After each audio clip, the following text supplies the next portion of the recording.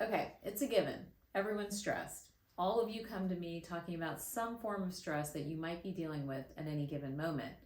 Well, there's definitely stress that's external, but there's also stress that's internal and our body kind of fighting against itself. While we can't always manage what's happening in our environment or in our world or with the people we love, we can manage ourselves.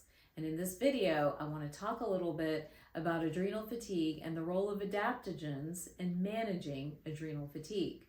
Now, adrenal fatigue is something people have been talking about for a long time, over probably 2 decades. Conventional medicine is still not 100% accepting of it, but really it's a very loose term describing stress. There are different levels of adrenal fatigue, and they're rooted in the hormone cortisol and what cortisol might be doing at any given time. When you're extremely stressed and for a short period of time cortisol goes up, that's usually adrenal fatigue stage 1. And in that, you'll have a high morning cortisol, but it will come down over time, and you might feel a little bit wound up, but you're able to self-correct. But if stress persists, goes from being acute or a one-time thing to becoming chronic, well, then we start to see progression into the other stages of adrenal fatigue. So this could go into stage 2 adrenal fatigue, where your cortisol stays elevated throughout the day and doesn't come down naturally at night. So you're wired at night now, having trouble falling asleep. Or it could progress to stage 3 adrenal fatigue, where now the pattern's flipping. You're starting to get low in the morning, but high at night. So now you're up all night, or you're having that 2 to 4 o'clock in the morning wake up. All of these are signs of progressive stress, progressive adrenal fatigue. And then there's the final stage, and that stage is where you're just completely bottomed out. You're not only wired at night and tired during the day, but you're crashed out all the time, and you don't know how to turn it around.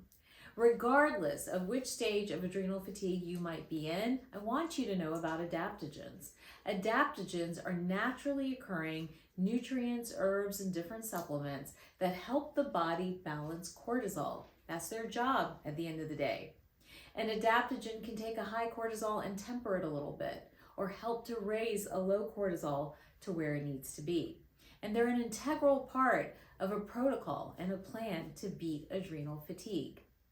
Some of the adaptogens that I find myself using over and over again include things like ashwagandha, which can be stimulating but helps to balance cortisol. A lot of times if you're in stage 1 or stage 2 of adrenal fatigue, you'll hear me say, take ashwagandha, but take it maybe around noon or so to help you beat that afternoon fatigue, but not to keep you so wired that you can't fall asleep at night. Another adaptogen I like a lot, if you're in sort of those later stages of adrenal fatigue, is something called holy basil. It's very calming, so it really helps to balance you all the way through. Getting in holy basil, and you can do a tea, you can do an herbal tincture, or you can of course do a supplement. There are many different ways to get these adaptogens in, as another way of reestablishing healthy cortisol levels and reversing some of the stages of adrenal fatigue. Maca is another herb I love that actually acts as an adaptogen and regulates the hormone fluctuations that can come with adrenal fatigue.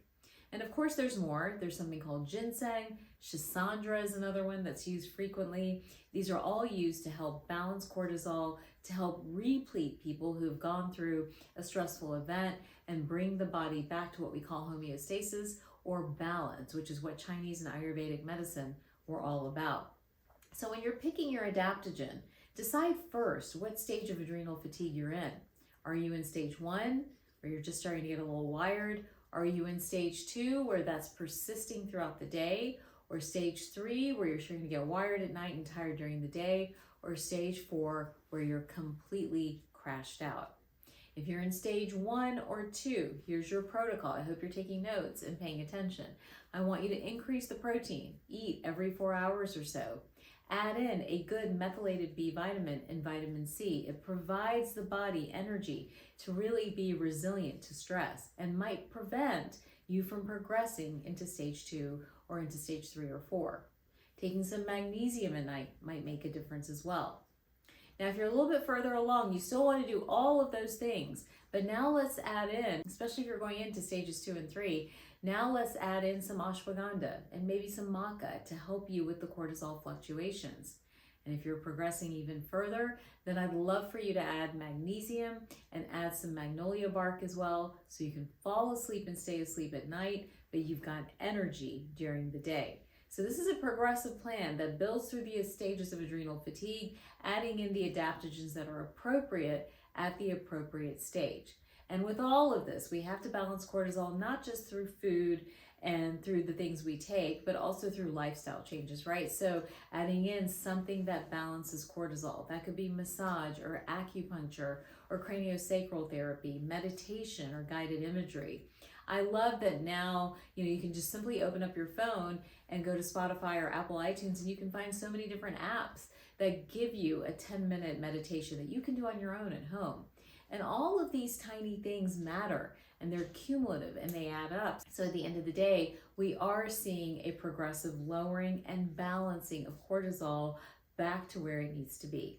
Now remember, your stress resilience, your bandwidth is going to be influenced by what's happening externally in your life, but also what's happening internally with your chemistry. If you're finding that you're feeling overwhelmed or incredibly stressed or tired or fatigued, and you kind of want to get out of things, right? You want to take the exit ramp. Before you do, really try to identify where you are with stress, what stage you're in, what chemistry work can you do to balance this all out before you make any life decisions. All right, I post new videos every week. Don't forget to like and subscribe.